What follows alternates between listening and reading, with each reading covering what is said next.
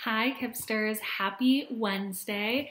I'm so proud of those of you who've been working so super hard on Lexia and ST Math so far this week, reading those Raz Kids books. We've got so many friends who've already almost reached their 100 minutes on Lexia and ST Math. We've almost read 10 books on Raz Kids. So keep working so that by the end of the week, you meet your goals.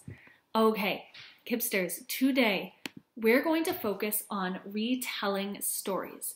We know that when we retell a story, we need to include all of the story elements. If you're in my Power Hour, you know that this is probably my favorite anchor chart to reference. So these are our story elements that we need to include when we retell a story. We need the setting, which is where and when. We need the characters, which is who is taking part in the story. We need the problem, which we know, oh no, a problem. We need all of the events in order. So that's the beginning, the middle, and the end. Finally, we need our a solution, right? So we need to include all of these things when we retell a story. Watch me quickly retell Brave Irene and listen for me to include all of those story elements in my retelling. Okay, so in the beginning of Brave Irene, Irene's mother gets sick. So Irene volunteers to take the dress her mother made to the Duchess. However, there's a big storm outside. Irene tries to get to the palace through the storm, but the wind blows the dress away. Irene keeps going through the snow, using the dress box as a sled, and eventually she makes her way to the palace. Outside the palace, she finds the dress. She brings it to the Duchess, and the Duchess lets her stay for the party. In the morning, she gets taken back to her mother, who is feeling better. Kipsters, did you notice we include the setting, outside in the snow in the palace, the characters, we had Irene, her mother, the Duchess, the problem, which was the wind and the storm, all the events in order, and then finally the solution, which was finding the dress, getting it to the Duchess, and getting back home to her mother. Okay, Kipsters, today we're going to reread the first chapter of The Wizard of Oz, and we're going to be listening carefully for all of those story elements so that we could be able to retell it. Let's take a look. Okay, Kipsters, as we get started reading today, I want you to pay careful attention to the setting and the characters in the beginning of the chapter, because that's normally where setting and characters are introduced, right? Is right at the beginning.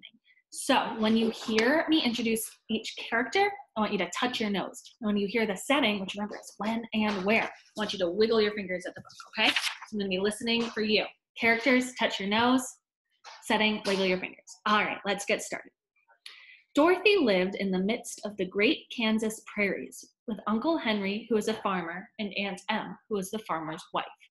Oh my gosh, I see Kipsters going like this. They're touching the nose and wiggling their fingers because we just got introduced to a bunch of characters. Dorothy, Uncle Henry, Aunt Em. And we started to get introduced to the setting, right? The great Kansas prairies. We talked about the prairie being a flat land, and Kansas is a state in the United States. So that's where. Okay, that's the set. Let's keep going.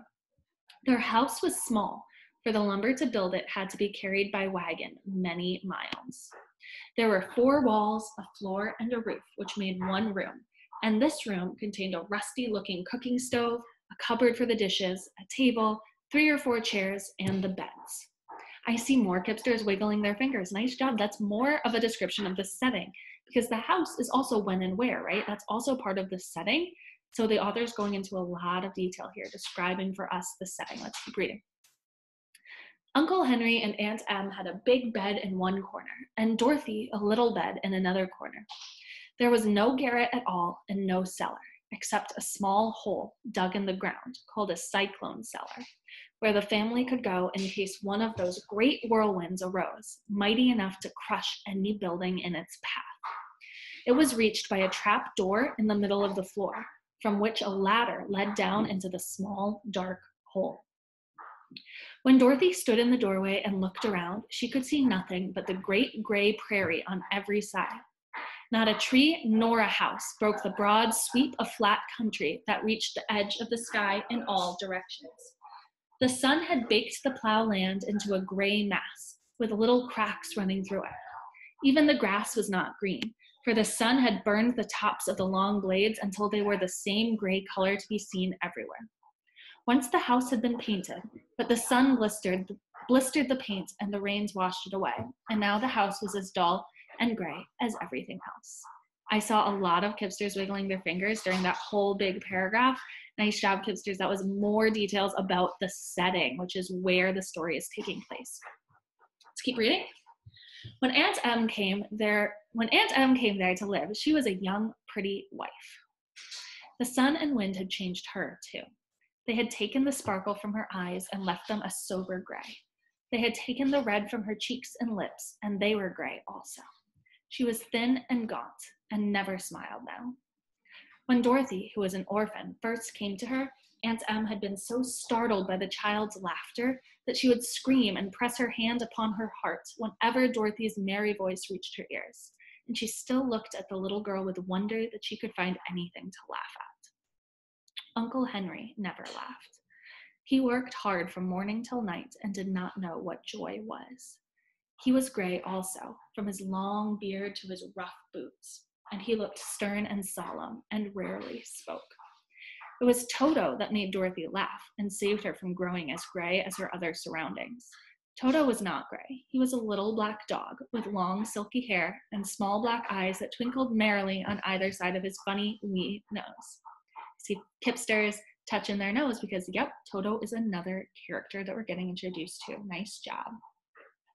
Toto played all day long, and Dorothy played with him and loved him dearly. Today, however, they were not playing. Uncle Henry sat upon the doorstep and looked anxiously at the sky, which was even grayer than usual. Dorothy stood in the door with Toto in her arms and looked at the sky too. Aunt Em was washing the dishes. Okay, Kipsters, so we've been introduced to a bunch of characters. Who were the characters we got introduced to? Nice, so we have Dorothy, her aunt and uncle, Aunt Em, Uncle Henry, and we have Toto, right? And what was the setting? What's the setting so far? Yeah, it's their gray house on the prairie.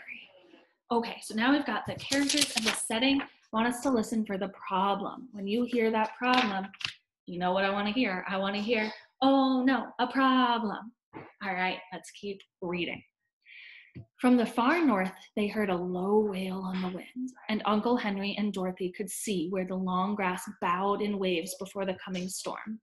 There now came a sharp whistling in the air from the south, and as they turned their eyes that way, they saw ripples in the grass coming from that direction also. Suddenly, Uncle Henry stood up. "There's a cyclone coming, Em," he called to his wife. "I'll go look after the stock." Then he ran toward the sheds where the cows and horses were kept. Aunt Em dropped her work and came to the door.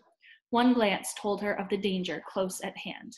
"Quick, Dorothy," she screamed, "run for the cellar." I see friends going, "Oh no, a problem," right? The cyclone's coming. That sounds like a pretty big problem. And we know from yesterday that problem's only going to get bigger. You can feel free when the problem gets bigger, go, "Oh no, a problem." Again, let's keep reading.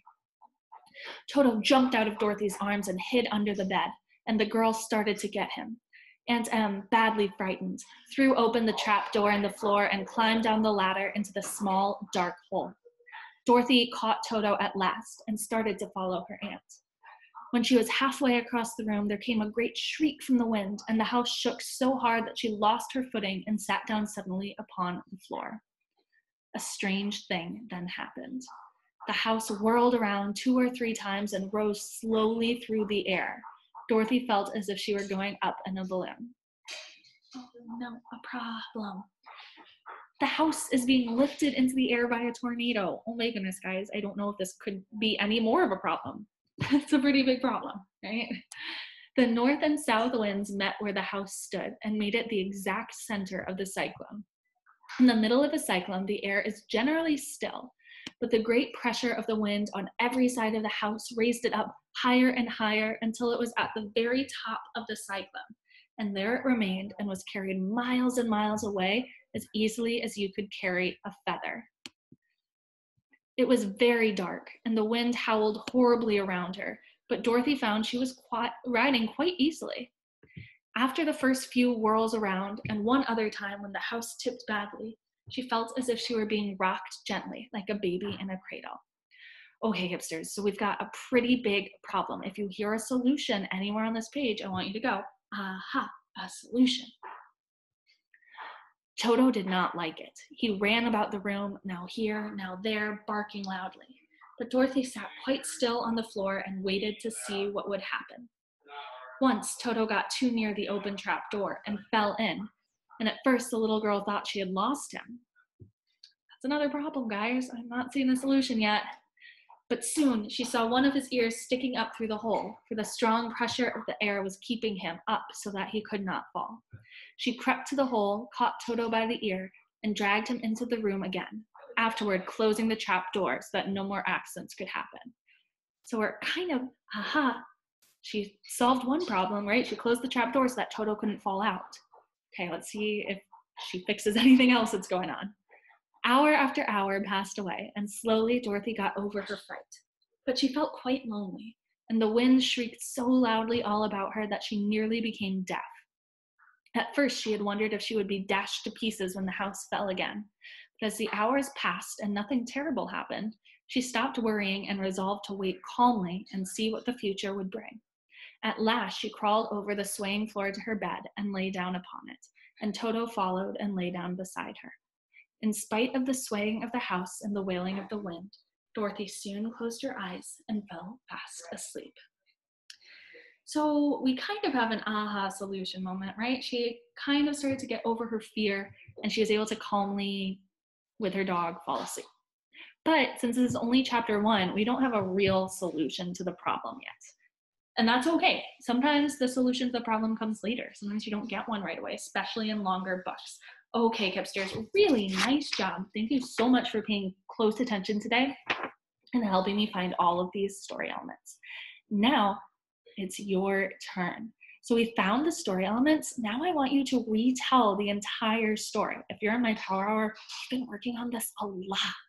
I want you to record a video of yourself just quickly retelling this chapter of the story using all of the story elements. Then send that video to me or your teacher so they can check your work. All right, Kipsters, nice work today. Keep on getting those minutes on Lexia and SC Math, reading those books on Raz Kids, and I will see you tomorrow. Bye.